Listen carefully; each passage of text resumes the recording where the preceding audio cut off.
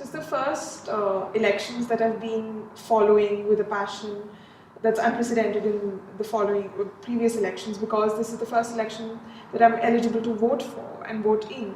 So the sort of rhetoric that was being presented by the two parties in my constituency, BJP and Congress, and then how that played out at the national level, it was quite mind-boggling to see those dynamics and understand them fully for the first time.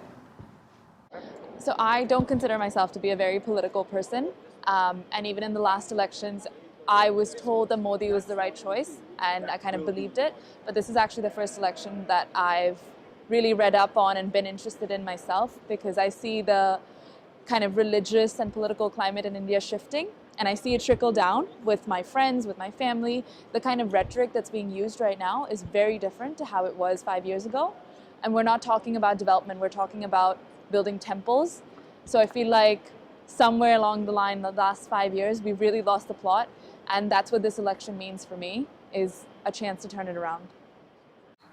I've seen a rot in the system, and I feel that my country could be doing much better, considering the resources it has, considering the history we have, and considering the general advantages we have over many other countries in the world. And this election is a way for us to express those aspirations, a way for us to channel those aspirations, hopefully into something positive that reflects what we would, where we would like our country to be.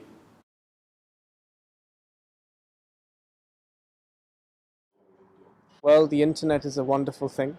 I mainly use NDTV and the Economic Times as well, because I take a particular interest in the economic policies that appear in different manifestos for the Congress and the BJP and associated parties.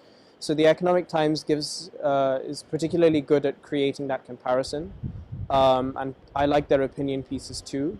Other than that, I speak to my grandparents who are in Delhi, obviously on the ground, although for some reason they've been a little worried about communicating too much about the election recently. What that implies about how communications are being managed is something I'd like to look into. But that aside, it's mainly my grandparents, the Economic Times, and NDTV. So I don't really read a lot of NDTV, Times Now, that kind of stuff, because I know all of it is very politicized and funded by a lot of the government parties. So I prefer to get my news from alt media. So there's the Quint, Scroll, and The Wire mostly is what I read. And I also follow a couple really prominent political satirists.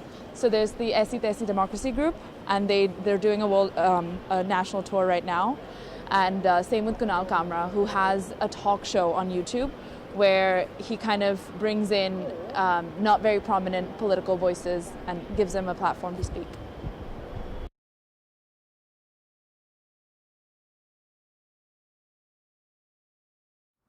So I was in India to vote this time over Easter. I haven't voted before. I am a first-time voter, so it was quite an exciting experience for me to be able to exercise my franchise for the first time. And I think there were a record number of first-time voters this time in India.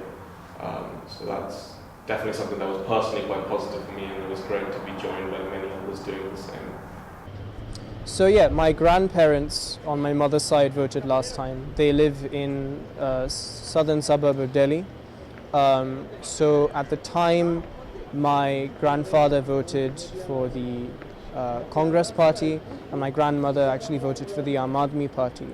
Neither voted for the BJP. The BJP win came as something of a surprise, particularly with respect to the degree of the win. And in fairness, the win for the BJP was seen as a win for development originally, but obviously over the past 5 years, that has given way to more of a focus on Hindutva ideology. Now where they will vote, I am not quite sure. I will have to ask them, obviously. But yeah, that's how the vote went when they were voting in 2014.